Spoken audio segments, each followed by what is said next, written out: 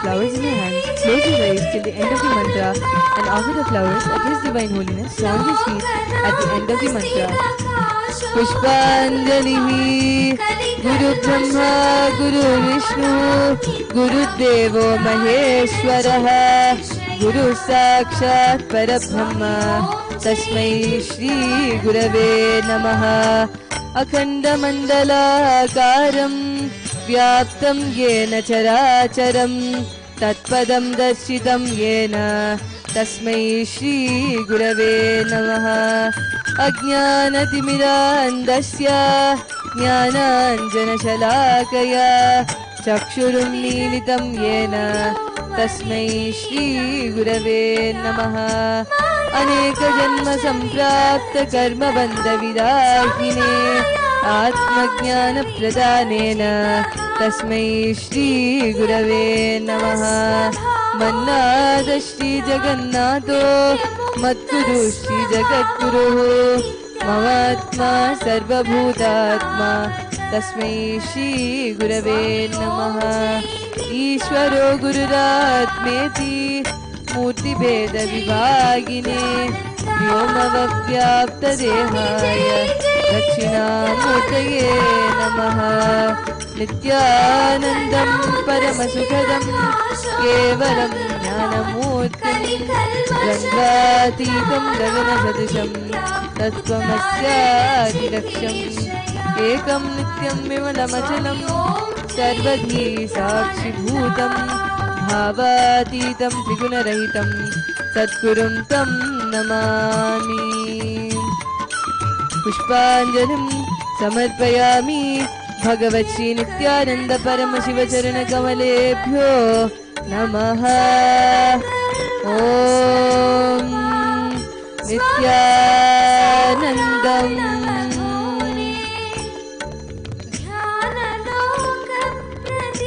Let us now enter into the Paramashiva Puja. Please turn.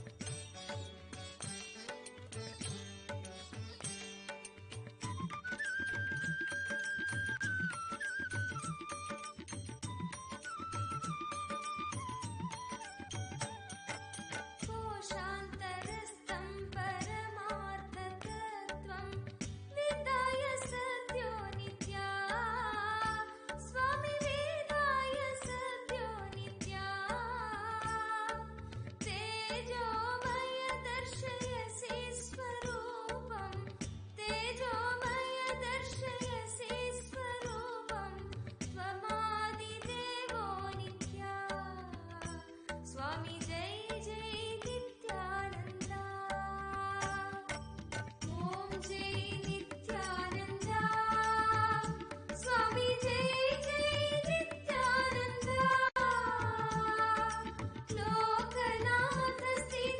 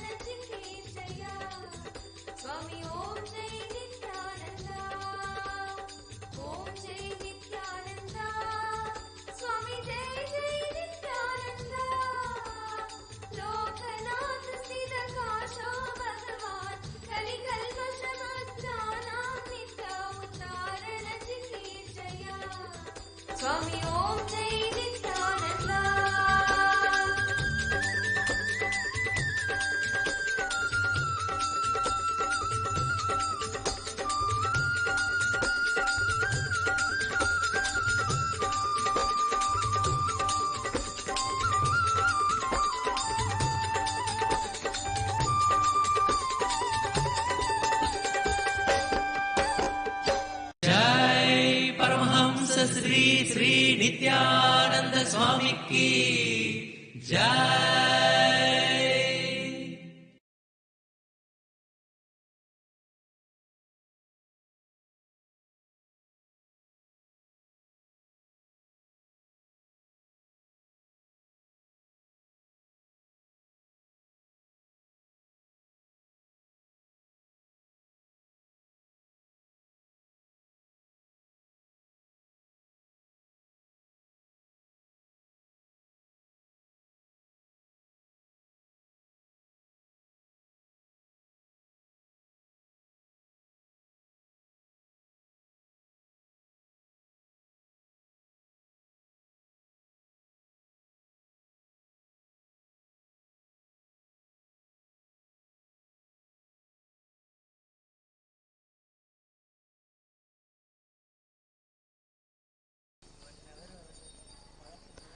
As part of today's Uttamottama Seva, the first offering at the feet of Sri Nithyanandeshwari Parashakti Sameta Sri Nithyanandeshwara Paramashiva is the offering of the Paramashivoham oneness capsule. Devadevottama Devata Sarvabhauma Akhilanda Koti Brahmanda Nayaka Sri Nithyanandeshwari Parashakti Sameta Sri Nithyanandeshwara Paramashiva Paramashivoham Advaita Darshana Priya Paramashivoham Advaita Darshanam Avadharaya.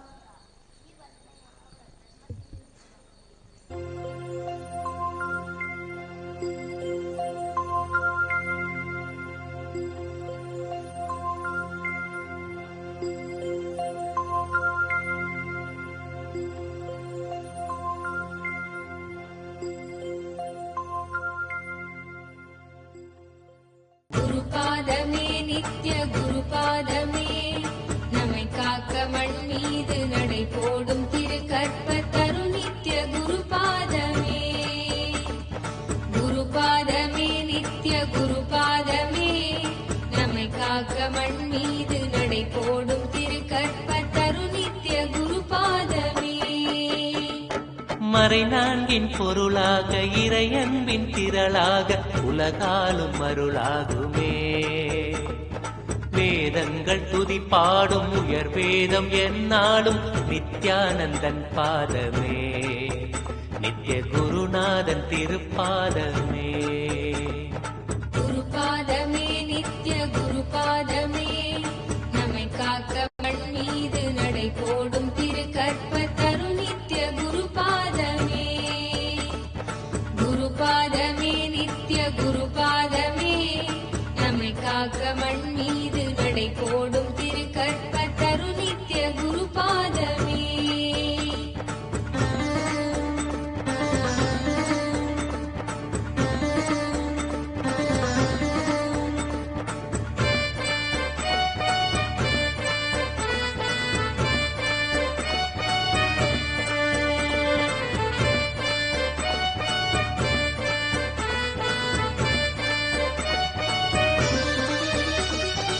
ஆனந்த வாழ்வதன் விரிவாக ஞானத்தின் வடிவாக மண்மீதிலே வலம் வரும் திருக்கோயில் ரிஷிராஜன் தவசீலன் நித்யானந்தன் பாதமே.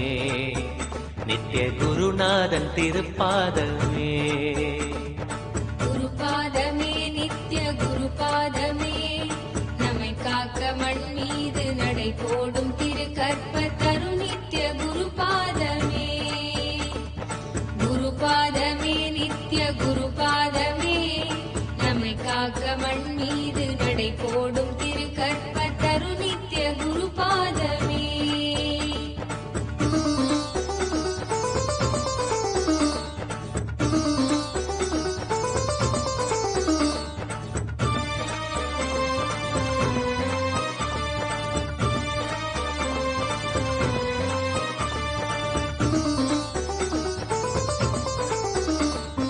என் சித்தி யோகங்கள் வரம் ஏந்தும் யாகங்கள் பல ஜென்ம தவத்தாலுமே காணாத பெரும் ஞானம் பெருகும் அப்பொற்பாதம் பணிகின்ற கண நேரமே இணையில்லாத வரமாகுமே. குருபாதமே நித்ய குருபாதமே நம்மை காக்க மண் மீது நடை போடும் திரு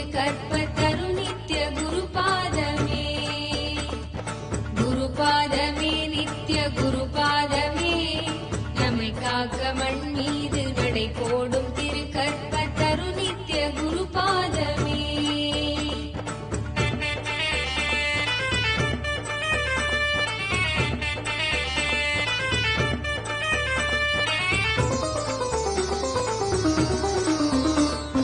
பழிப்பாவம் மறைந்தோடும் இறைவாழ்வு கைகூடும் திருப்பாதம் தொடும் நேரமே.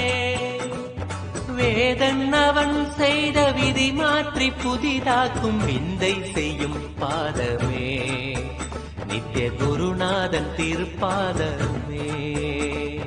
குருபாதமே நித்ய குருபாதமே நம்மை காக்க மண் மீது நடை போடும் திருக்கற்ப தரு நித்ய குருபாதமே. குருபாதமே நித்ய குருபாதமே நம்மை காக்க மண் மீது நடை போடும் திருக்கற்ப தரு நித்ய குருபாதமே.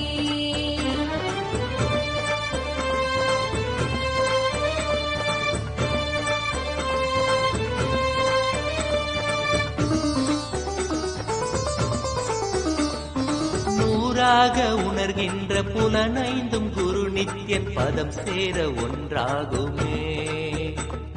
வேறாக மாறாமல் வேர் நோக்கி பாய்கின்ற நீராக பதம் நாடுமே. ஐயன் பதம் நோக்கி பாய்ந்தோடுமே.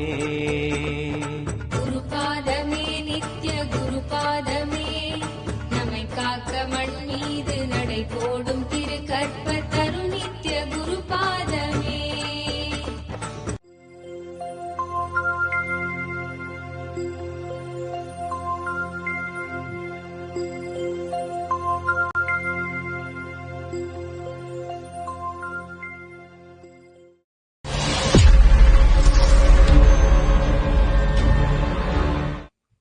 Hinduism knows the science of the divine landing on earth. All Hindu deities are living, alive physically. In Hinduism, a temple is the place where God lives. Hindu temples are hence fundamentally different from other religious organizations. This is a very important point that many tend to miss. In other religions, their centers are places of congregation of the faithful, worship altars or memorials or monuments for legendary figures or incidents. For Hindus, it's a living residence of the divine. He or she is a residing member of the place and is treated as such. For example, in Chidambaram, there are 3,000 Dikshitars, priests, but puja is done for 3,001 people, including the deity. The deity is considered one among the 3,001 priests and an intimate member of the family of people. Whenever clothes are bought, they buy 3,001 sets, including for the Lord himself. That is why all temples have a bedroom where God sleeps. We have a toothbrush and mouthwash with cardamom milk in the morning for her, and so on. There are enough accounts throughout history of how the deity as a living individual responds directly to the devotees. Our tradition is not book-based like Abrahamic traditions. Each temple is a living tradition of a living God practicing and preserving one shaka of the Veda, one agama, or one upaveda or upagama. If you lose the temple, you lose the entire tradition, the entire spiritual ecosystem, and that particular shaka or agama or upaveda or upagama is lost forever. Many traditions have been lost to Hinduism when the temples were destroyed, and when the temples are rebuilt, not always can the same ecosystem be revived. Without political legitimacy, slowly Hinduism will fade away into history. Only by making the yogic sciences, Vedic enlightenment sciences, as an experience, drinking the divine nectar of Upanishads, living the Agamas, seeing the experience and powers manifesting in our lives, will we build the right inner image. If you feel responsibility is a power, you make your life successful.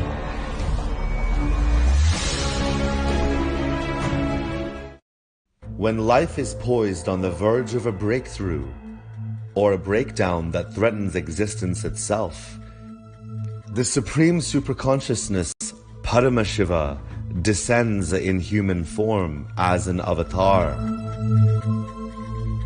Paritranaya sadhunam vinashaya cha dushkritam dharma samsthapanarthaya sambhavami yuke yuke. For the upliftment of the saintly and for the removal of criminal powers, for the establishment of the integrity, I come into existence. I happen with a form in every age.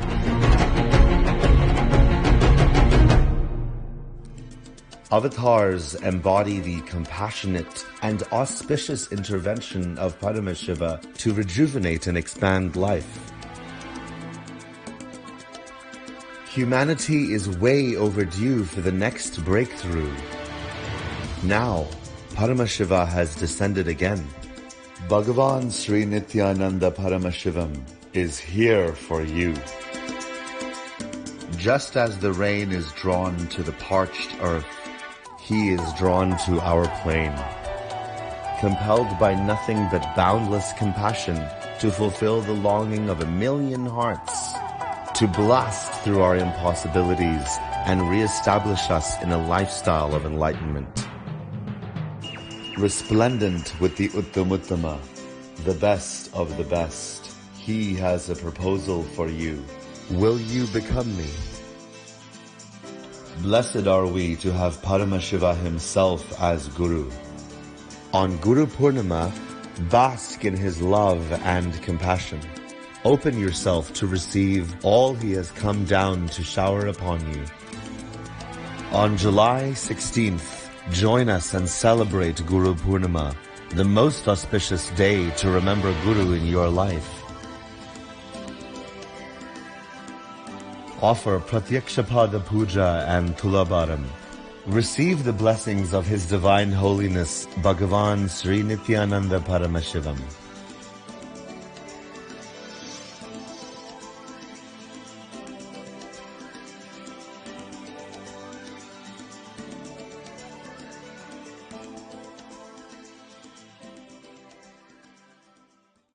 Modern science says that all that exists, whether manifest or unmanifest, is a probability. Infinite probabilities create a quantum field of infinite potential. An observer collapses the probability wave into a particle. Your intention thus creates the reality. Called the observer effect, it is the very act of observation that precipitates any reality into existence. Hinduism is far advanced than this primitive understanding in the modern day. Hindus know this field of infinite potential as Paramashiva. Paramashiva permeates everything, manifest and unmanifest. He is intelligent, compassionate, and a myriad other auspicious qualities. Our scriptures provide detailed descriptions of how to invoke His presence on the earthly plane, the visualizations that manifest Him, the mantras, sounds that invoke Him, how He looks, His various dimensions, the actions that please Him and have His blessings rain on you, the times in the past when He has manifested for us and led us through a breakthrough. Hinduism knows the art of communing with Paramashiva to manifest any reality we want. And when our effort and all the knowledge isn't enough, He Himself incarnates in human body to show us how, to liberate us, to show us where we are stuck, to take us to oneness. Pratyakshapada Puja to His Divine Holiness Paramahamsa Nithyananda, Paramashiva incarnate. Sit at His sacred feet. Let Him awaken you to your field of infinite possibilities, to your oneness with Him. Register now. Pratyakshapada Puja.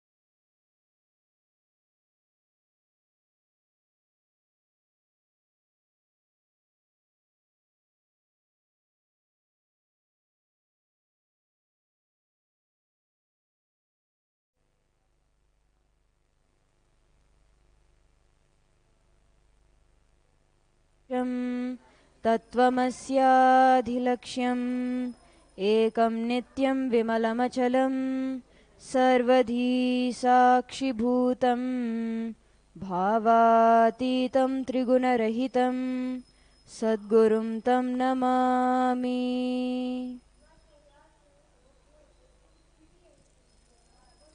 Nithyanandam, and I welcome all the Kailaya-vasis, devotees, disciples, and everyone who is watching and awaiting for the Nitya Satsang.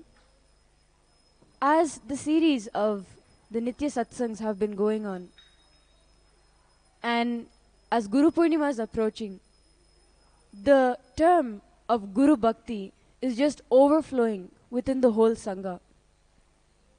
What is Guru Bhakti? Many people describe it as devotion towards the Guru or feeling connection towards the Guru. Many people describe it as the relationship that one has with the Guru, and so many more definitions. But all that boils down to only one thing, that is how much integrated that you are with your Guru. In whatever he has told you, whatever he expects you to do, how much are you integrated to that? And that only establishes your relationship, your connection with the Guru more firmly and more strongly. There's one beautiful story in the Puranas with Adi Shankaracharya, as many of you would have heard, but I'll be repeating it right now. Adi Shankaracharya was just sitting on the banks of a river when he was addressing to his disciples. And at that time, on the opposite side of the river, one of his disciples was washing his clothes, and that was the role that he was assigned to wash the clothes of all the disciples and of Shankaracharya himself. Everybody, all the disciples thought very low of him, saying that, oh, he's just sitting there washing clothes of all of us, while the master is teaching us only the powerful cognitions, the powerful truths. And he's just missing out everything. He's just there washing clothes. What is he going to achieve in life? Why has he even come here? There's no purpose of what he's come here. He's just being a worker. But as this discussion was going on internally within the disciples, Adi Shankaracharya overheard all this and told that you don't know the devotion that actually he carries. All the disciples got shocked. They didn't know what was going on. Meaning, how can someone who is just sitting and washing clothes all day be more connected to the master than someone who is sitting right next to him, learning the divine truths directly from the master? They all were puzzled. They didn't know what exactly he meant. So Adi Shankaracharya just gave a look towards the disciple on the other side of the river. And the only thing he did was he called out his name and told, come here. Immediately the disciple, he just leaves whatever he had, and as there was a river in the middle, he didn't even notice that there was a river in the middle, and just starts running towards the master just because he called. The only response that comes out from him is, yes, whatever you say, let me just do that. And as he runs across the river, even the nature starts supporting him, and literally wherever he kept his feet, lotuses started blossoming just to support him to fulfill the Guru Vak of coming next to the Guru. And as all the disciples witnessed this happening, they were all shocked as to seeing the Mother Nature literally responding to him coming towards the Guru and literally fulfilling Guru Vak. And hence he got the name of Padmapada, where lotuses have come from where he has stepped. It is not about the work that we do or the way that we are with the master or things like that, but how much connection, how much integrity you are with the master within yourself, how much integrated you feel that you are with the master in terms of whatever he tells you. Padmapada was one person that knew very deeply that he was so integrated to the master that the minute Adi Shankaracharya called, he just ran without even thinking a second thought as to, oh my God, there's a river. How will I cross and reach him? How am I going to just go there within the next few minutes as he calls? I don't know how to do this. Without any second thought, Karan, he just fulfills and just runs across the river, for which even the environment supported him. As Guru is someone that even Paramashiva himself praises. And as Swamiji himself has posted recently, that this June 21st, on the International Yoga Day, we'll be having live Pratyaksha Pada Puja and a live Nitya Satsang on the yoga of Paramashiva and Parashakti, where a completely new revelation on yoga will be given on that day. And just by offering Pratyaksha Pada Puja, it is a very subtle way, not subtle, actually the whole puja itself is an offering of gratitude to the feet of the master.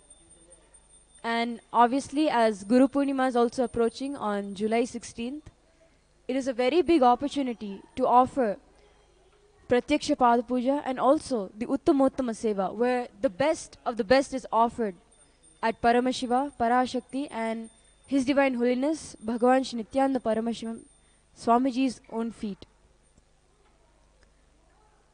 Offering these different sevas, especially on the day of Guru Bhakti, where Guru Bhakti is literally celebrated, where Guru Bhakti is enjoyed throughout the whole day.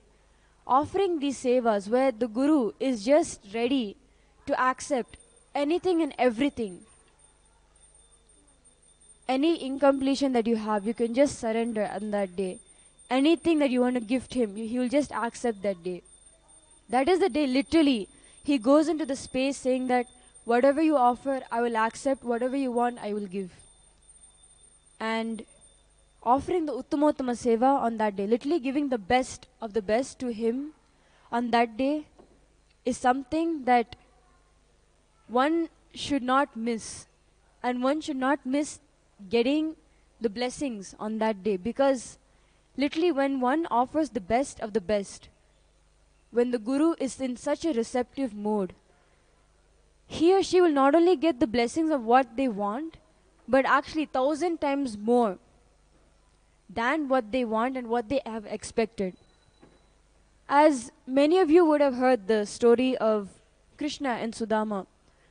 Sudama was Krishna's Gurukul friend. Literally when they both were studying, they both studied together and grew up together. But as time flew by, Sudama became a very poor Brahmin family man and had no money, no food, literally barely a roof under which their family could even stay and reside.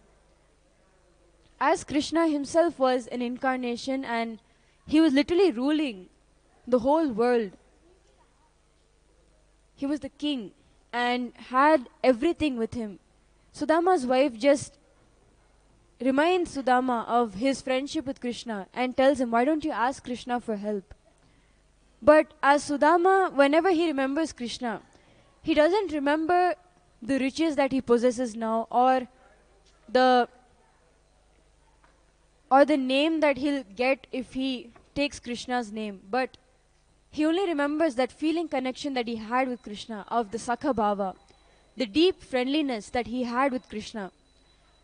Only this kept him alive and inspired to just go to Krishna and meet him after such a long time.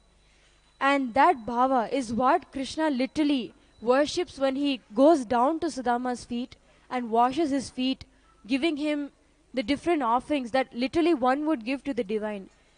Bhagavan himself comes down and washes Sudama's feet and gives him the different types of foods for him to eat, the best offerings of clothes for him to wear. But Sudama literally forgets about what he wants to ask. and what help he needed, just by remembrance of the deep feeling connection that he had with Krishna. And as Krishna, he is Bhagwan himself. He knows not only what you desire, but much more than that. Just that feeling connection. And as he forgets to ask Krishna what he wants, he comes back without asking. And actually, midway of his journey, when he's back to his home, almost there, he just remembers that, God, I had actually gone to Krishna to ask for riches. I've actually gone to ask for some help so that I can support my family. Now what will I do? I'll go back with empty hands. But actually when he goes back, he sees a huge palace in the place of his house. He sees that his kids and his wife is literally decked up with the best jewelry, with the best dresses, and with the best of everything.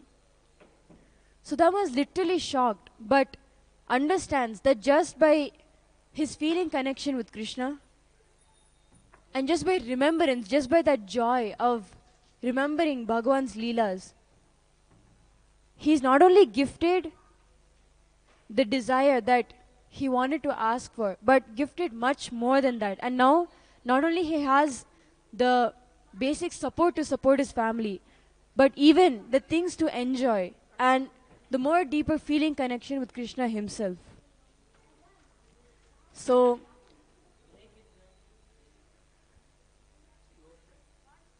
literally, as we hear so many Puranic stories of how different devotees, different disciples have connected with the Master, with Bhagwan himself in different forms, let us all also enter into the same space of feeling connection, of deep Guru Bhakti. Now, before we enter into the Nitya Satsang, let us all now sit with our head, neck and spine in a straight line and close our eyes as we just remember the different moments we've had with Swamiji, the different moments that we've experienced, the deep feeling connection that yes, I am him and he is me. And in a few moments, as the Mahavakya, the powerful Mahavakya starts playing, literally, you will feel Swamiji's physical presence right there. And just intensely remember all the sweet moments that you've had with Swamiji. Whether it can be just a simple darshan that he has given, or a hug, or something that he has told you that really changed, that really clicked in your inner space. Just remember all these sweet moments before we enter into today's Nitya Satsang. So just close your eyes, sit with your head, neck and spine in a straight line. And as the Mahavakya is being played, remember all these sweet moments and re-establish yourself into Guru Bhakti with Swamiji, and literally you'll experience his physical presence.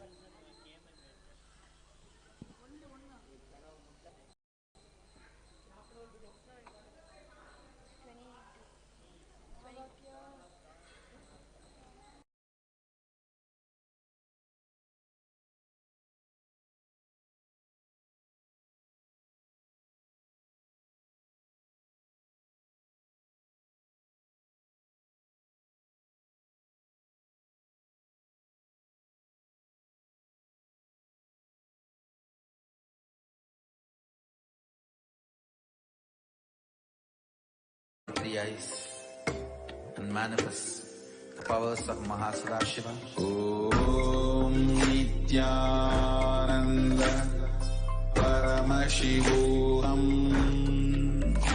Om Nithyananda Paramashivoham. Om Nithyananda Paramashivoham. Modern science says that all that exists, whether manifest or unmanifest, is a probability. Infinite probabilities create a quantum field of infinite potential. An observer collapses the probability wave into a particle. Your intention thus creates the reality. Called the observer effect, it is the very act of observation that precipitates any reality into existence. Hinduism is far advanced than this primitive understanding in the modern day. Hindus know this field of infinite potential as Paramashiva. Paramashiva permeates everything, manifest and unmanifest. He is intelligent, compassionate, and a myriad other auspicious qualities.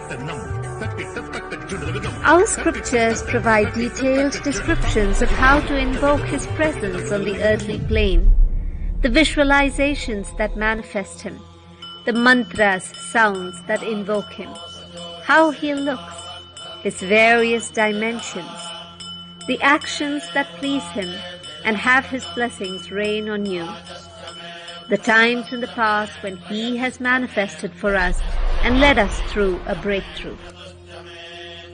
Hinduism knows the art of communing with Paramashiva to manifest any reality we want.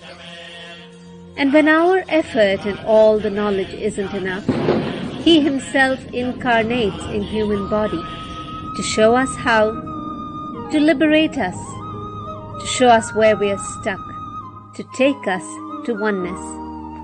Pratyaksha Pada Puja to His Divine Holiness Paramahamsa Nithyananda, Paramashiva incarnate.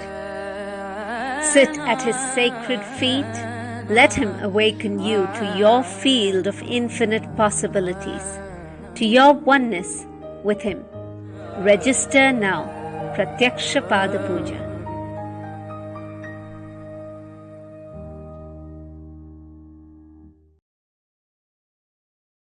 When life is poised on the verge of a breakthrough, or a breakdown that threatens existence itself, the Supreme Superconsciousness, Paramashiva, descends in human form as an avatar. Paritranaya sadhunam vinashaya cha dushkritam dharma samsthapanarthaya sambhavami yuge yuge. For the upliftment of the saintly and for the removal of criminal powers, for the establishment of the integrity, I come into existence. I happen with a form in every age.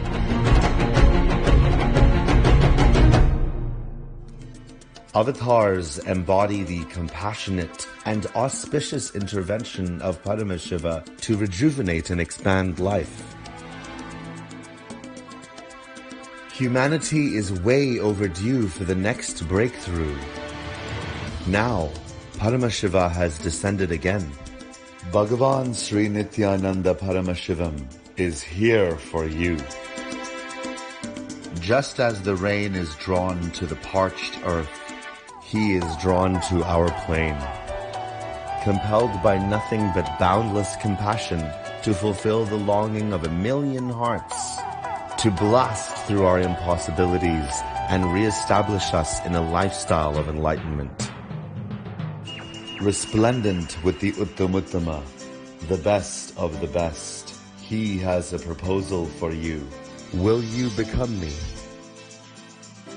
Blessed are we to have Paramashiva Himself as Guru. On Guru Purnima, bask in His love and compassion. Open yourself to receive all He has come down to shower upon you. On July 16th, join us and celebrate Guru Purnima, the most auspicious day to remember Guru in your life.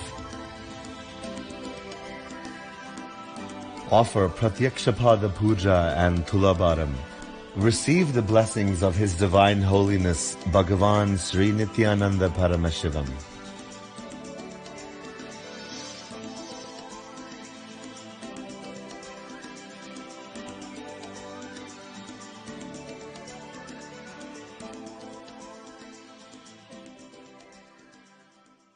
I am too excited to share about this Enlighten app. 7 things Paramashiva has revealed to do this whole Enlighten app. First thing, decoding all the ancient knowledge repository called Vedas and Agamas.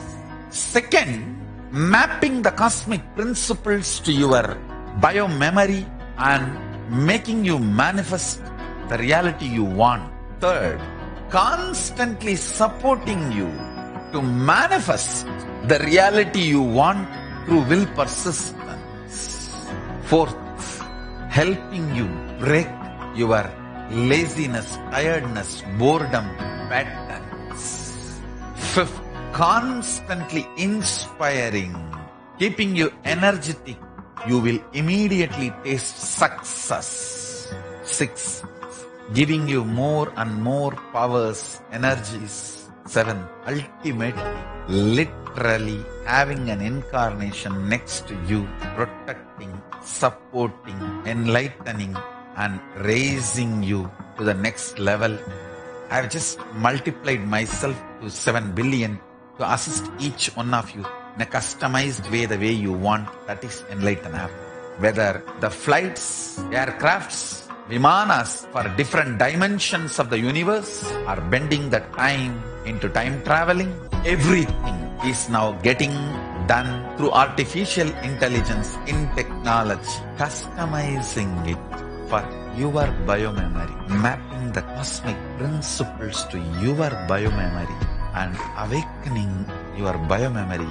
That is Enlighten app.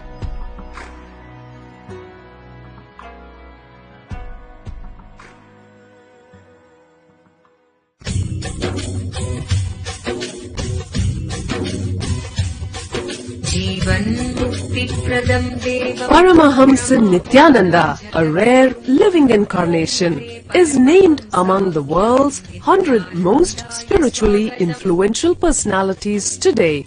Paramahamsa Nithyananda has been placed alongside Dalai Lama, Nelson Mandela, Oprah Winfrey, Paulo Coelho and others by Mind, Body, Spirit, the world's top esoteric magazine from Watkins, London's oldest and largest bookstore. A yogi by birth, he has been expressing his power of enlightenment since birth. He has authored more than 500 books in Tamil and English. Translations of these books are available in 26 languages in Telugu, Kannada, Malayalam, Hindi, Sanskrit, Gujarati, Oriya, Bengali, Marathi, French, Malay, Polish, Portuguese, Italian, German, Danish, Spanish, Russian and Chinese. He is also an exemplary speaker with over 10,000 hours of profound life solutions through his discourses. Social services such as Annadan, free medical care, free educational services with ashrams, schools, temples, hospitals established in more than 140 places around the world, offering exceptional services. A powerful spiritual healer who has healed millions of people of diseases from migraine to cancer. A Kriya Yogi who has formulated Kriyas for physical health and mental well-being, benefiting thousands. A living master who offers practical solutions for our everyday problems. He is the founder and spiritual head of Nithyananda Dhyanapitham, a spiritual powerhouse who has revived the sacred Vedic tradition by establishing Vedic temples in places like Los Angeles, San Jose, Seattle, Toronto, Ohio, Oklahoma, Phoenix, St. Louis, Malaysia, Brazil, Paris, Guadeloupe, Dallas, New York, New Jersey, Atlanta, Calgary, Vancouver, Singapore, and places in India like Bengaluru, Hyderabad, Tiruvannamalai, a spiritual guru for 10 million followers, an incarnation who transmits the highest spiritual energy through initiation, a contemporary yogi who has revived the Vedic science of yoga worldwide through thousands of yoga centers, an adept in Ashtamaha-siddhis, mystical yogic powers, who has effortlessly awakened the Kundalini of thousands and graced them with spiritual powers, a dynamic young guru who is an inspiration for thousands of youngsters, India's most watched spiritual guru online, a beacon of spiritual light who has triumphed over the forces of religious terrorism and political persecution. Paramahamsa Nithyananda is an eternal Kalpataru, blessing the world with the boons of material abundance and spiritual enlightenment. He is the 293rd Pontiff of the world's most ancient Hindu organization, Madurai Adinam. Nithyanandaya swagatam Anandanubhavaswadam Sarvaroganivarakam Vande Papa Vinashaktam Nithyanandaya swagatam Nityamuktam Nirvikalpam Dhyanaloka Pradipakam Vande Shantamayam Bandham Nithyanandaya swagatam Anandagandha Sancharam Sarvopadi Vinirmuktam.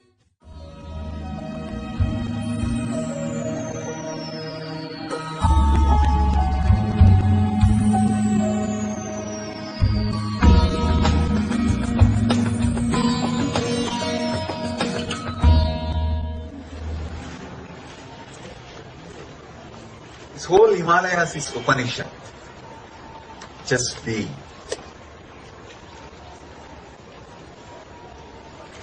Is constantly radiating in this one message. Just be. Upanishad means sitting with the master.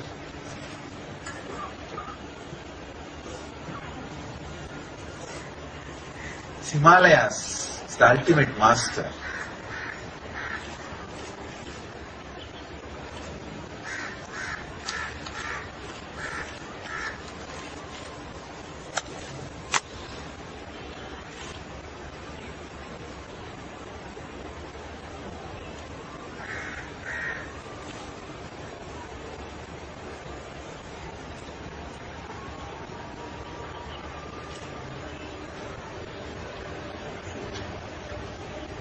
Catch this thread of just be. See, if something excites you again and again and again,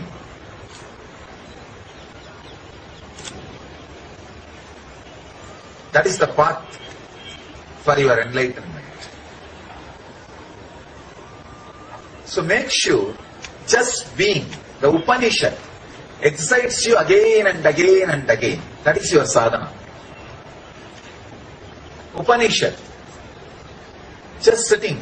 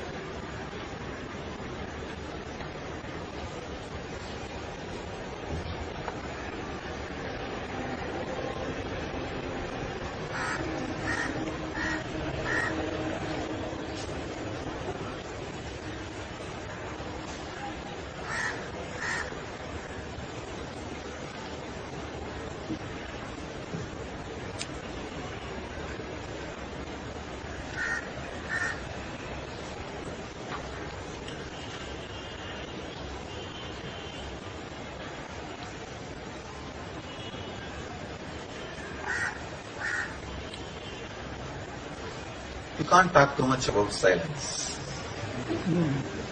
You can only live. You can't say too much about Upanishad. You can only be.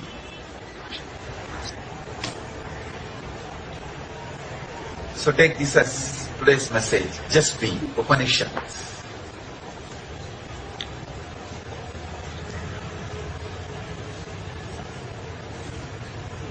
Be with these Himalayas.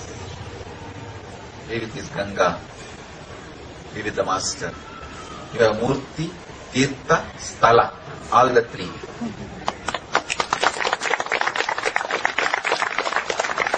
Ganga is Tirtha, Sthala is Himalayas, Murti is Master.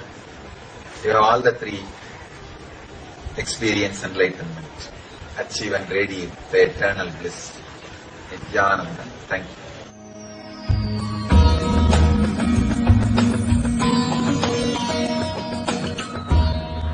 Yesterday I was given a question from a satsang center. The question is, basically a devotee is asking, do you initiate only the people who are sitting live with you, directly watching the satsang, or people like us who can't watch directly, who can watch only through the YouTube, the recorded discourse later on? Do you initiate us also, who watch the discourses later on, through the YouTube, through the recording? I wanted them to know, please understand,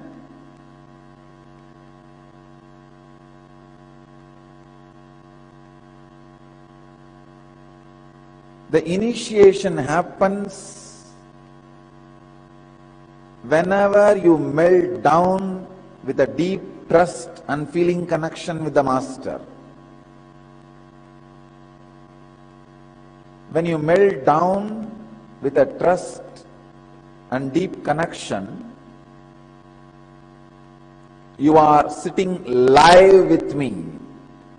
You are coming alive with me, I am coming alive with you. Please understand. Here I am making an important statement.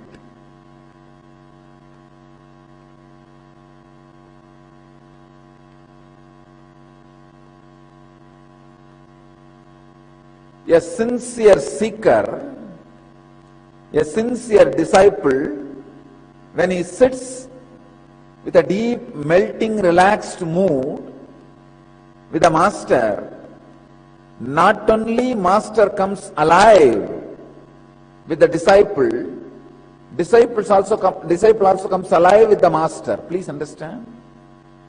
Not only disciple feels fulfilled, Master also feels fulfilled. When a sincere seeker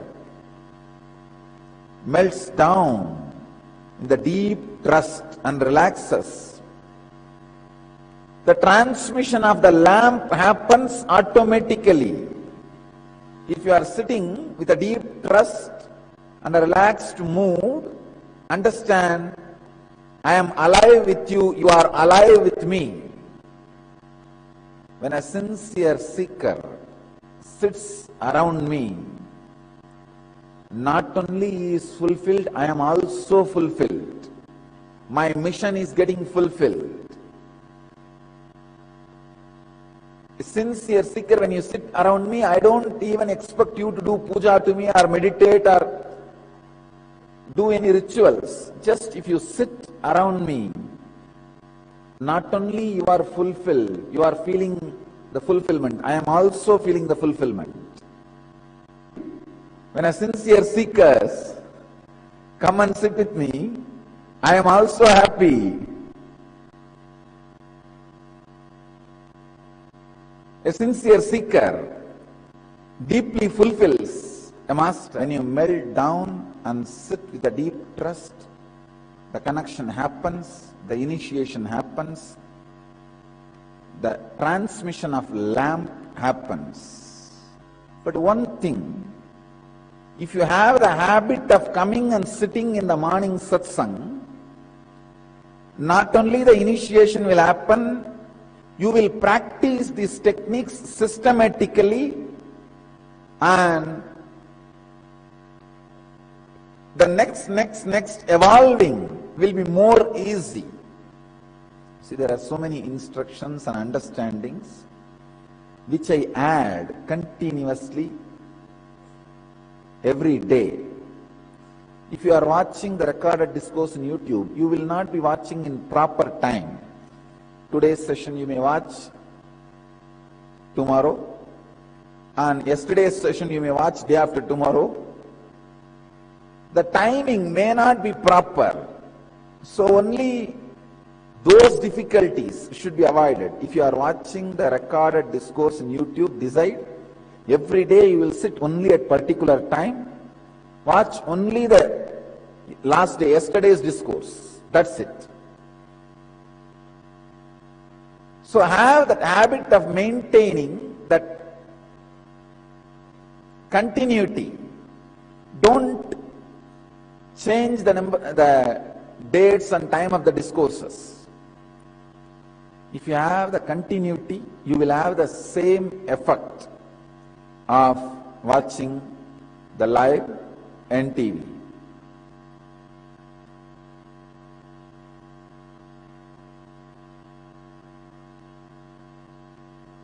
When a sincere seeker sits with the master, thousands of things happen in their system.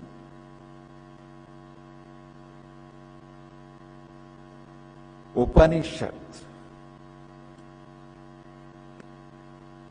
completely awakens your inner being, the inner self. Patanjali's Yoga Sutra, 160th Sutra, in 3rd chapter, 10th verse,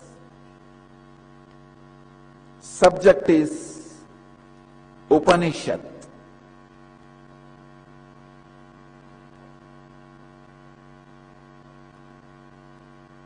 Sutra is Tasya Prashanta Vahita Sanskarat.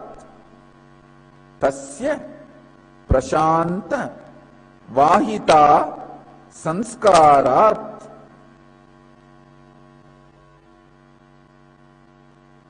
I wanted to translate the sutra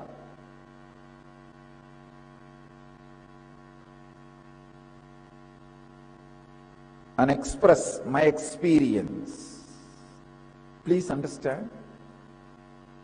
Till the last sutra, Patanjali was talking on Dharana, Dhyana, Samadhi, Samyama. And he was teaching us how to be in a space between thoughts. Nirodha Parinama. The thoughtless space.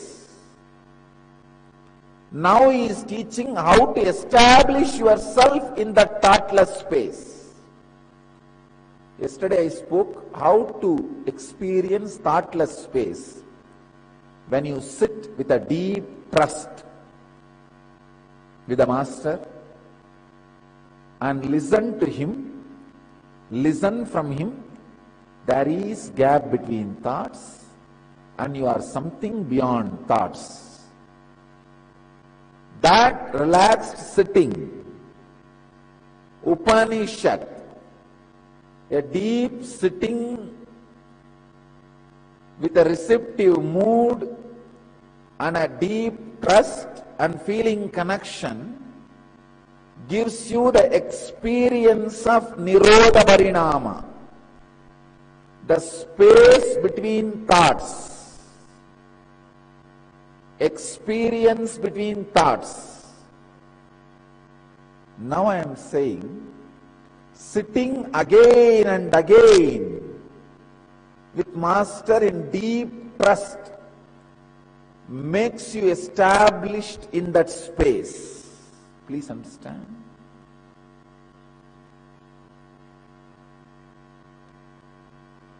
sitting again and again in a deep trust, with a deep feeling connection, in the restful awareness with the Master, establishes you in the thoughtless space, cloudless sky.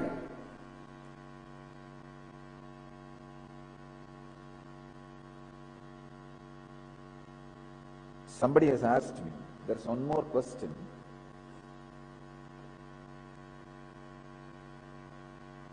What is it that is really working for the seeker? Is it self-effort or Guru's grace? This is one of the important problems seekers face in their life. Is it Guru's grace or self-effort? If it is self-effort, why do we need Guru? If it is Guru's grace, why should we do any self-effort? I am solving this paradox, this problem once for all. Understand, you need to have self-effort to be in Guru's grace. You need to have Guru's grace to have self-effort. Both are not contradictory. When you catch Guru's grace, put your self-effort to be in that grace. Avoid all the negative talks, negativity about the Master and you.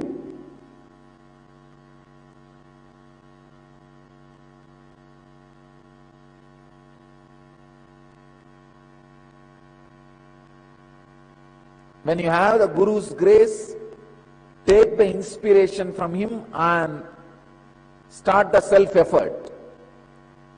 When you have the self-effort, put the effort to be in Guru's grace.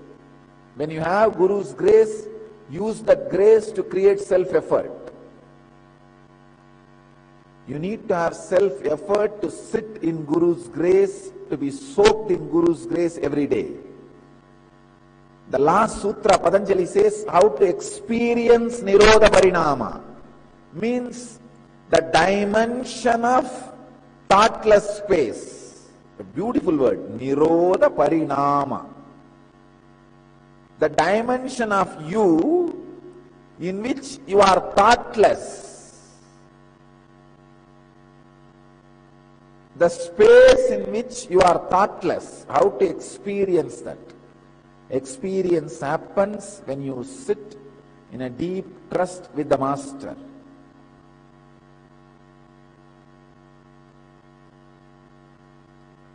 In this sutra, today Patanjali is explaining how to retain that state, that space of Nirodha Parinama. Soak yourself in that space again and again and again. Try to sit in that space of deep restful awareness, deep feeling connection with a deep trust, again and again and again, as much as you can. Let your whole body be soaked into that pure experience, pure space.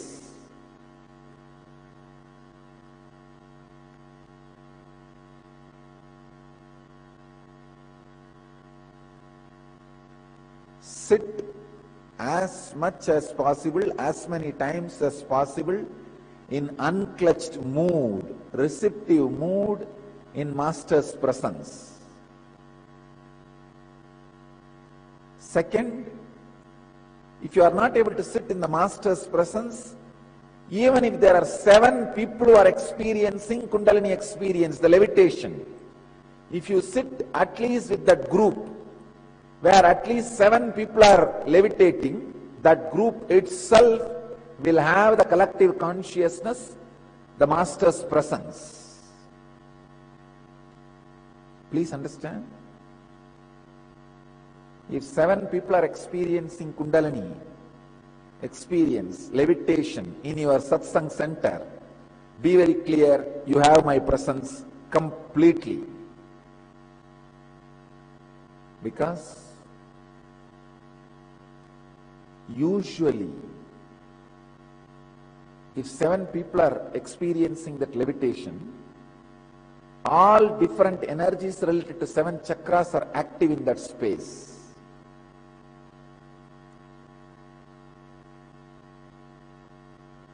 So today, this sutra, Tasya Prashanta Vahita Samskarat, Tasya Prashanta Vahita Samskarat,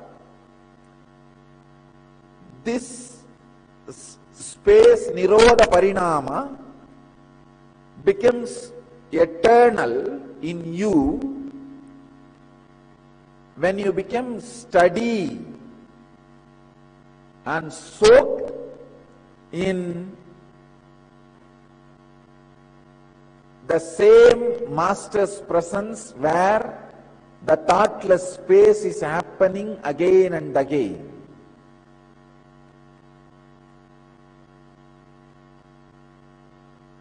Just like if you put the cotton into the honey bowl and leave it, how the cotton gets completely soaked in honey, almost becomes one. Same way, put yourself in the Master's presence. Soak yourself in the Master's presence. And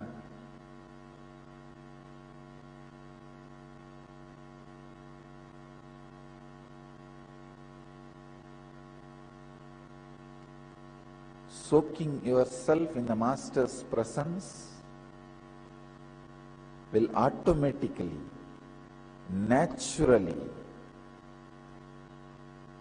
make yourself established in Nirodha Parinama.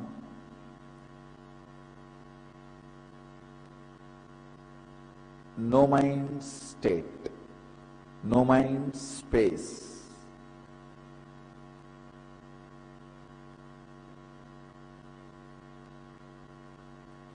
Guru's grace and self-effort is not paradox.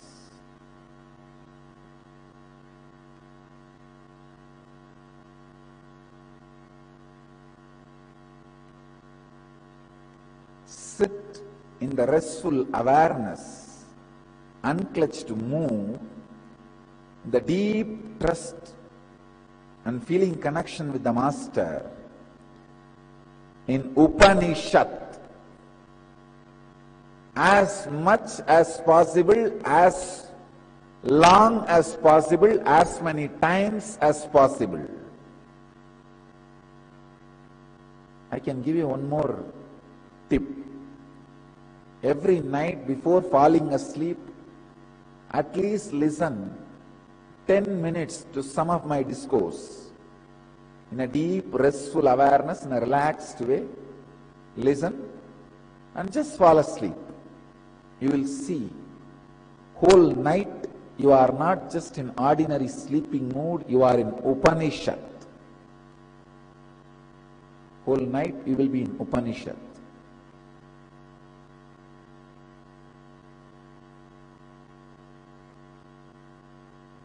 In the highly elevated consciousness. Sit again and again and again in the deep, restful awareness, feeling connected to the Master. This will not only make you experience Nirodha Parinama, it will settle the Nirodha Parinama in your system. Your system will be established in thoughtless space.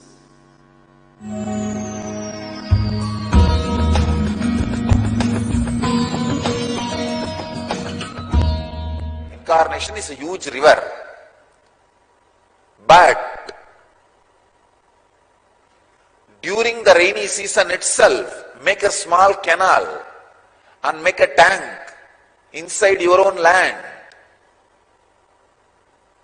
Make a canal and make a tank inside your land, so that for some reason the river dries up or you are not able to access the river, you have water source. Of course, I am going to be in the body for a long time. That is true. But who knows, you are going to be in the body and around me. So the moment you have the connection, you have the time, opportunity, establish yourself. That is the reason I insist on this morning sadhana. Creating intense yogic body, an intense Vedic mind.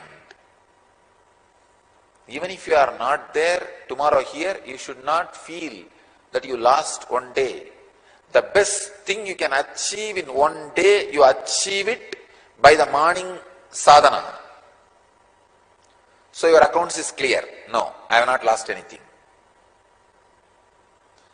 So imbibe, fill yourself with that energy through the practice. So you don't feel you lost time. You wasted time, even if you are not around me. It's a very important problem Patanjali is analyzing. Very important problem. Then Bhagavatakara very beautifully says, it's true what Bhagavatakara says. See the Yadava community. The Abhayam, Sharanam, Aishwaryam, in that three they are lost. But the moment Krishna left the body, they are not able to tolerate themselves and their life. And practically, they killed each other so that the others won't suffer. You see, the killing did not happen out of enmity. It's almost like a mercy killing. You kill me, I kill you, let us die. It is like a mass suicide. That's what exactly happened. A mass suicide. Because without the master's physical presence, they do not know what to do. His physical presence is so enchanting and charismatic. Any depression, just get 2 minutes around him, it disappears. Because of that, you take depression very lightly. And you are not centering yourself so that you can live handling all these possible distractions and depressions in future. Understand? This is the only thing which can go wrong around the master. Let that not happen in your life. Save yourself. Let you not be the person to experience that wrong in your life. The only way is practice. Morning 5, whatever it may be there in the Akada for yoga. And bend your body, twist your body, prepare it for the Kundalini awakening. Then, sitting in the presence and receiving this intense bliss dose for the day. This should become part of the life for all the people, all our devotees and disciples around the world. One session a day, one sadhana session a day. One sadhana session means morning. Of course, if not in the morning, for other countries, in the evening. Because many country people are saying that they are able to watch live in the evening. So keep evening. The heavy yoga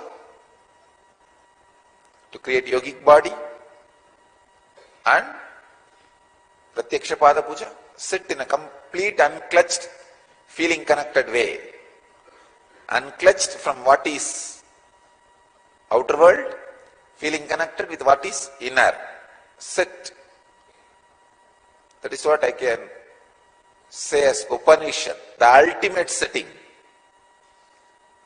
just unclutching or just feeling connected is only two different parts. Unclutching from the unnecessary things, feeling connected to the highest possibility. This is what I call Upanishad.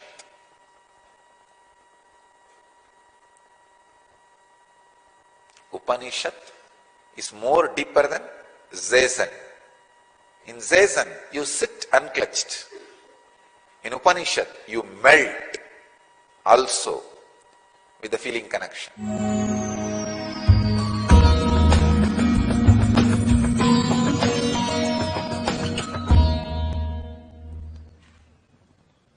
Right listening means the sounds which leads you from sound to silence.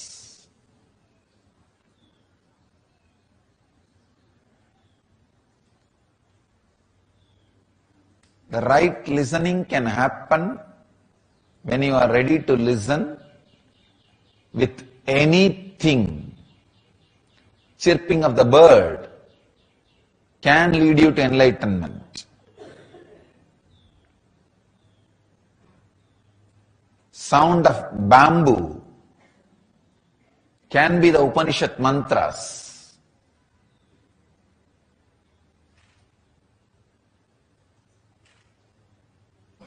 The sound of Ganges can be the Anagata Dvani.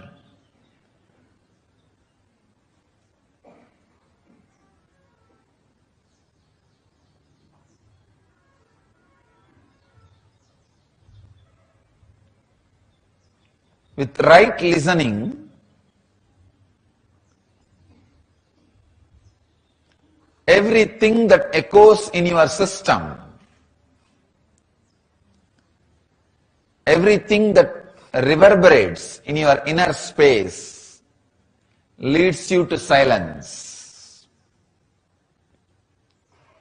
Of course, the possibility for right listening, the happening of right listening happens more in the presence of a living master, an incarnation, who himself has experienced the Anahata Dvani, the sound which is uncreated in his inner space.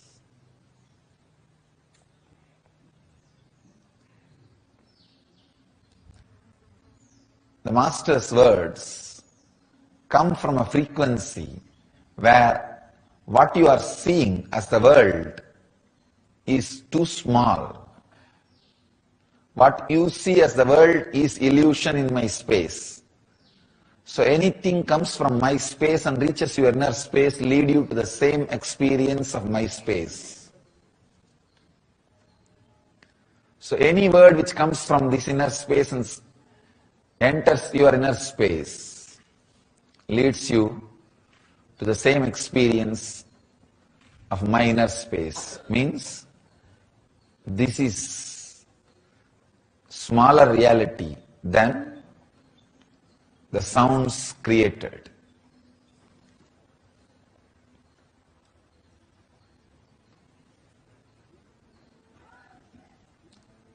Sit with this science of right listening. The process of science of right listening, it is enlightenment. I don't want to say it will lead you to enlightenment. It is enlightenment.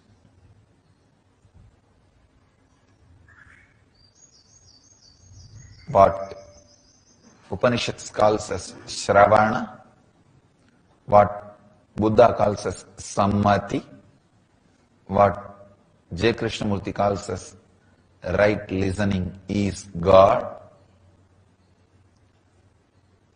I am giving you this process to make all the three as experience into you. My unique contribution to the spiritual tradition is creating processes, sharing the processes with the world to make every truth into experience, reality. So, I'll add my part to the Shravana, Sammati, right listening. This part, the science of listening. Sit with your awareness on the third eye, listen through the third eye, and see how the sounds penetrate your system and how it reverberates in your system. What all emotions, experiences, expressions, ripples it creates. And those ripples and emotions and experiences, where it leads you, just see. You will experience right listening, as rightly said by J. Krishnamurti, God Himself.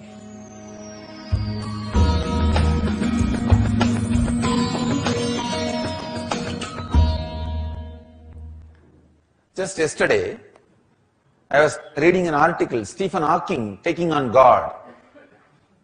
He says, God has not created the world. Very beautifully he describes. It's a spontaneous happening. Amazing way is described. And all of you may be aware of Stephen Hawking, who wrote Brief History of Time. If I'm asked, I'll keep the book in the standard of Nyaya Sutras and Vaisheshika Sutras. After the Ganana and Gautama, nobody is able to penetrate to the depth of the truths of time like Stephen Hawking. Even yesterday what he revealed, this is the word I want to use, not what he wrote, revealed. Because I feel he is Rishi. He should be kept in the category of Rishi. If he was in India, we would have worshipped him as a Rishi and respected him as a Rishi. What he revealed, no Vedic master will oppose. Because the clarity on what is God,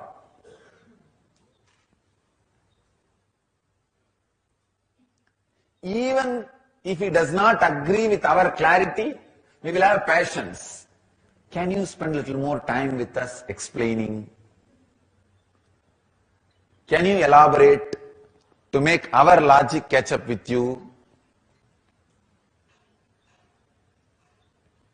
You'll be surprised, in the whole Vedic tradition, we have only something called Prasna Uttara, question and answer.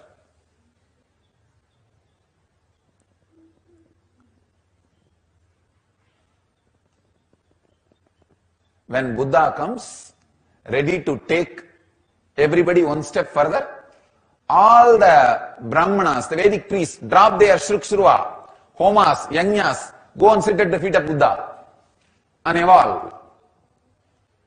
When Shankara comes and ready to take people one step higher than the Buddha, all the Buddhists, they drop everything and go and sit at the feet of Shankara.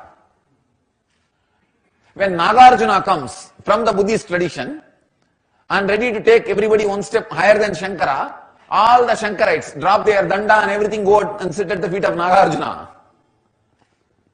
The greatness of Vedic tradition. Ready, always ready to listen, listen, listen. Whoever takes us one step further, ready to surrender, ready to go behind, ready to experiment, the most scientific tradition.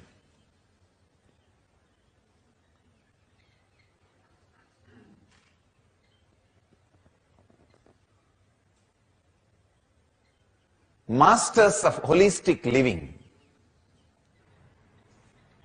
An amazing revelation. What he revealed is exactly what Upanishads describe. A spontaneous, independent, intelligent happening.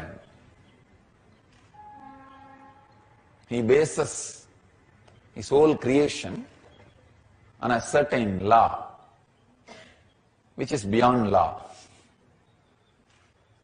No Vedic master will oppose Stephen, because that is exactly the truth.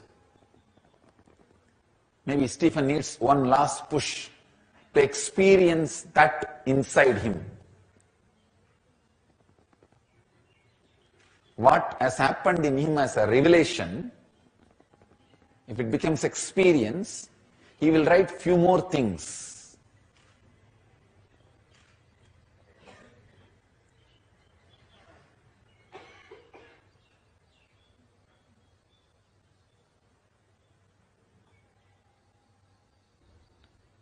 He can complete all his revelations. He can make a real last statement like Zen masters.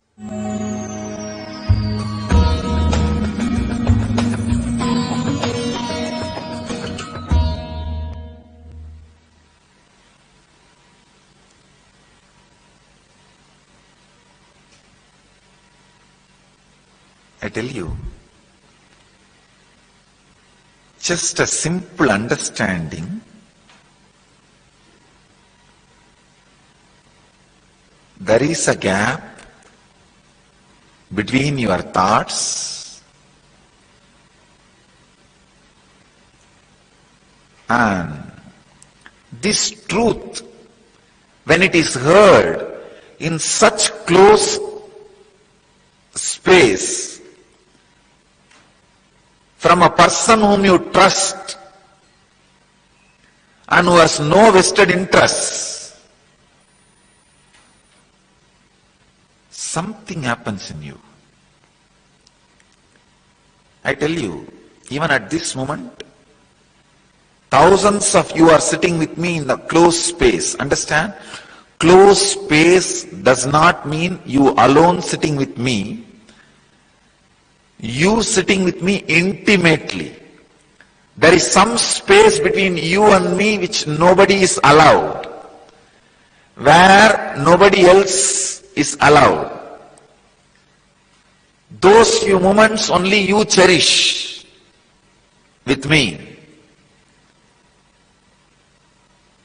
That space nobody else has with me.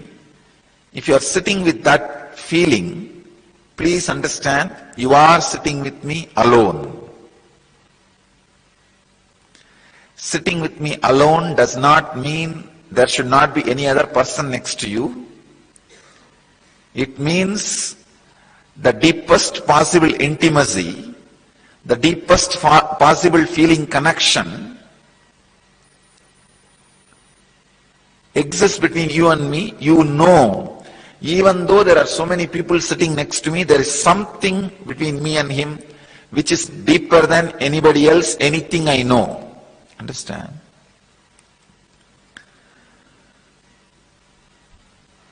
I'll explain this science because it's a very important science to experience truth, the Upanishad. If you feel the connection with the Master is the deepest connection you experience than any other relationship you experience in your life, you will experience that what I am saying, sitting with the Master all by yourself. You may be sitting with thousands, but you are sitting with me alone, the banks of Manasarovar, or in Kailash. There's no other person. If you have experienced a space, the relationship and the connection with the Master is the deepest than any other relationship you have or had in your life. Understand? You know what I am saying. Now you may be sitting with any number of people, but you know you are sitting with me alone. Because all other relationships become immaterial. They do not hold any more power over you. They do not hold any more space over you. in that mood, any truth transmitted not only will be the honest truth, that will straight away give you the experience.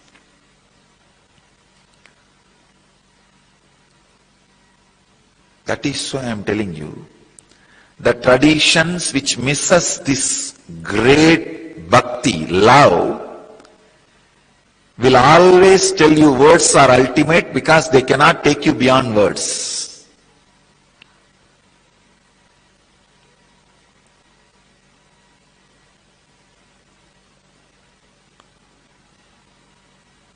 The traditions which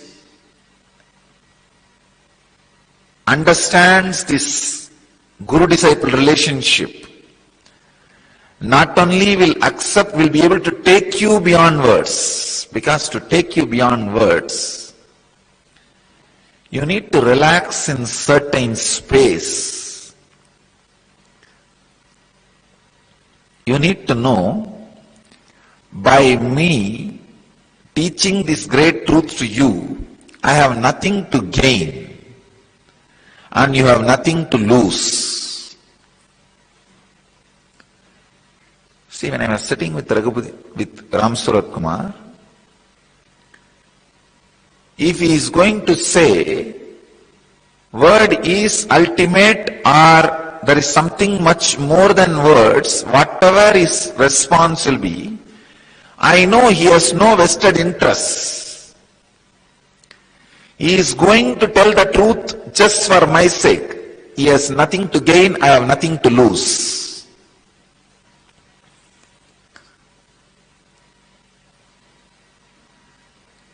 It is only the honesty, the integrity.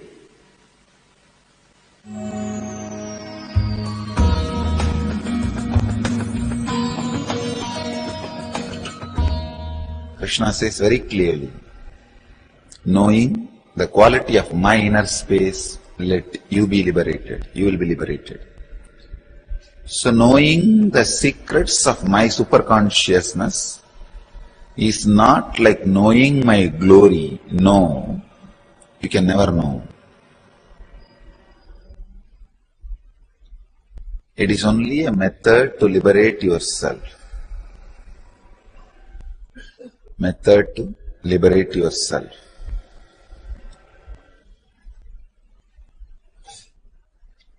Technique to liberate yourself.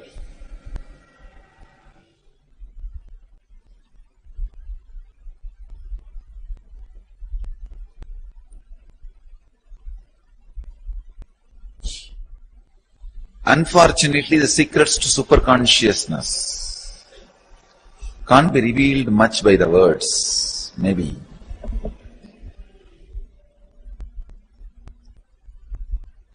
It can be revealed through the presence or the Upanishad.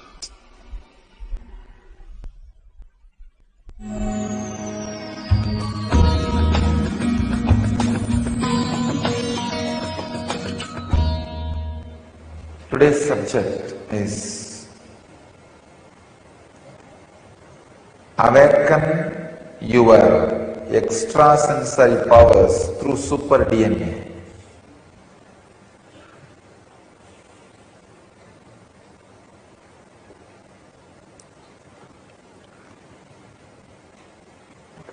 I'll share few insights about super DNA from the modern day rishis, scientists, and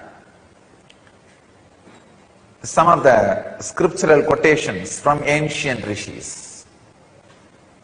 Shastra Pramana means truths revealed by the ancient and modern rishis, the rishis and scientists.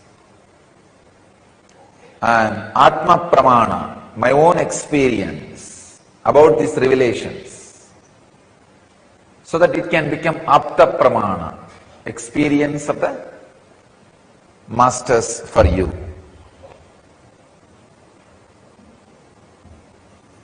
Here is a discovery from dailygalaxy.com, a website. So many scientists contribute to that website. DNA has been found to have a bizarre activity to put itself together even at a distance, when according to known science it should not be able to.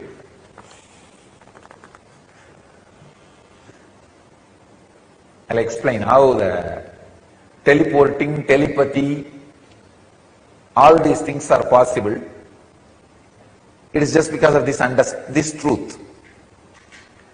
DNA has been found to have bizarre ability to put itself together even at a distance, when according to known science it should not be able to. Science is said to catch up with teleporting and telepathy and all that.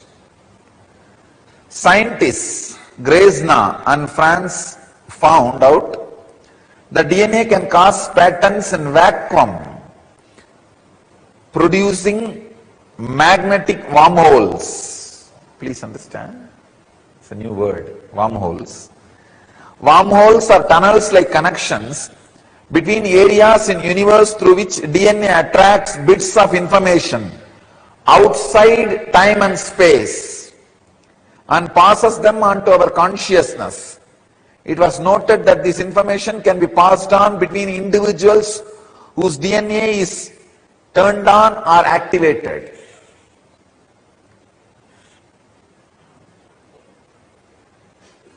Let me add my own experience for this. They say, the scientists are saying that DNA can cause patterns in vacuum, producing magnetic wormholes. That wormholes can attract bits of information outside time and space. Patanjali again and again says, you don't need to learn just from the five senses. Means seeing and hearing.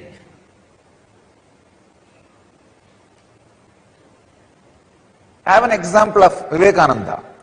Whatever he expressed in 9 years of his public life, even for you to study, it will take 39 years, his lifetime.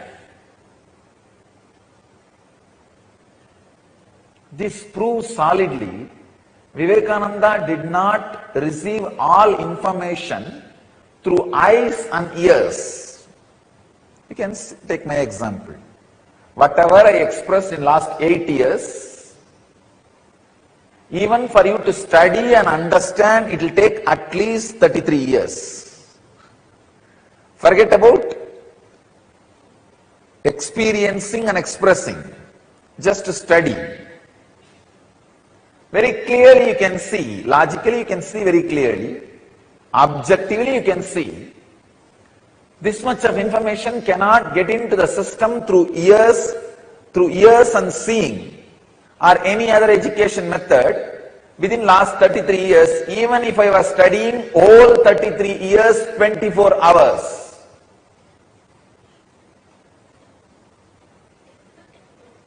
Then how did this information get into the system and comes out? This is the secret. DNA can create magnetic wormholes which receives bits of information outside time and space.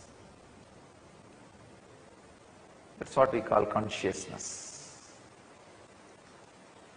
So till the wormholes are created in your DNA, you need an outside master. Once the wormholes are created in your DNA, you don't need outside master there. Outside Guru sits inside you as Antar Guru and teaches you. He sits inside you and goes on supplying the knowledge. And another one important information, the last punchline. It was noted that this information can be passed on between individuals whose DNA is turned on or activated. Whatever I downloaded through my wormholes in DNA can be transmitted to you without using my words without you seeing or listening. Just if your DNA is activated or turned on. That is what I call initiation, Upanishad. Only in the beginning, you need to listen to my words. If the DNA gets activated or turned on, no need for words, no need for ordinary way of teaching. Just the transmission, the initiation, energy darshan is enough. That is what I was studying yesterday. Initiation is like an intense downloading into you. The knowledge and consciousness and information in this biomemory, in this DNA, is just transmitted. That is why these acharyas, once they are initiated, our trained teachers to go around and take classes, once they are initiated, there are thousands of information they never learnt from my books or heard from me, starts expressing through them. The answers which they would have never heard from me or read from my books suddenly starts expressing. How? This is the science. If your DNA is turned on or activated, these bits of information which gets downloaded through the wormholes created in DNA can just be transmitted without any conventional methods. This is what is happening during every initiation, every process in inner awakening. This is what I am doing in our Vidyalayas, in our Gurukuls. The transmission without using conventional methods is possible, was available, is available in our Vedic tradition. Was available in our Vedic tradition, is available in Nithyananda mission.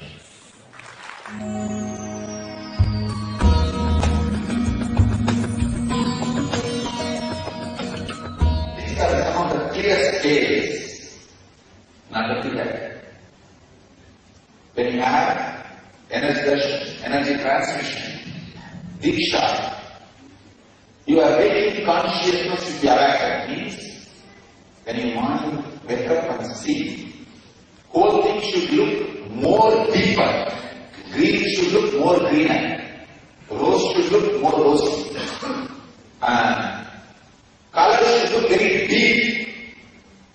Things should appear very pure, as if completely washed, fresh.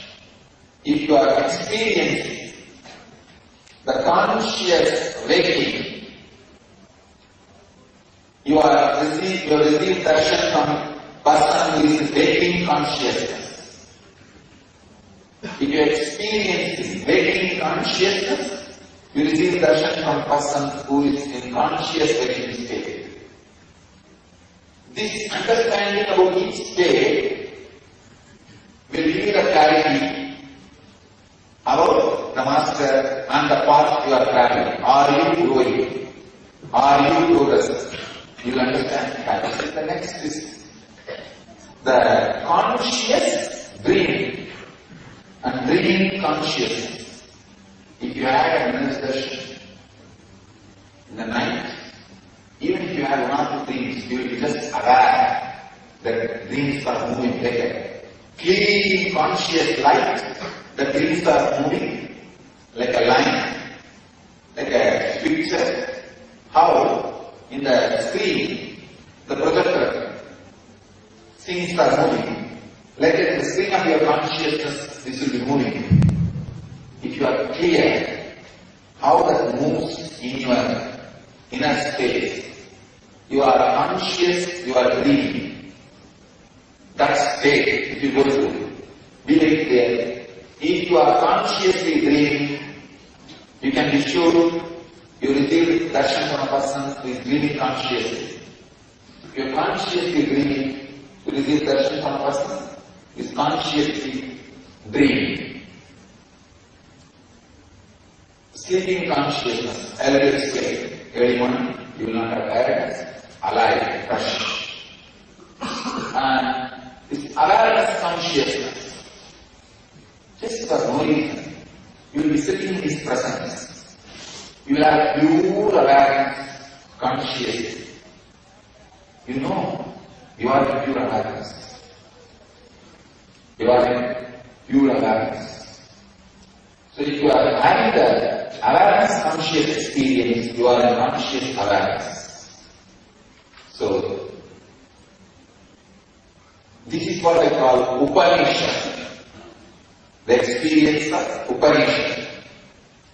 Of course, finally the conscious consciousness merging with Him, becoming one. That state has neither definition nor state nor entity. That state of consciousness can never be explained. It is just that thought. Now, understanding about the states will give you the scale to work with yourself and work with the Master. With this scale measure every day what is happening in you, then you will be able to very clearly feel which direction you are going.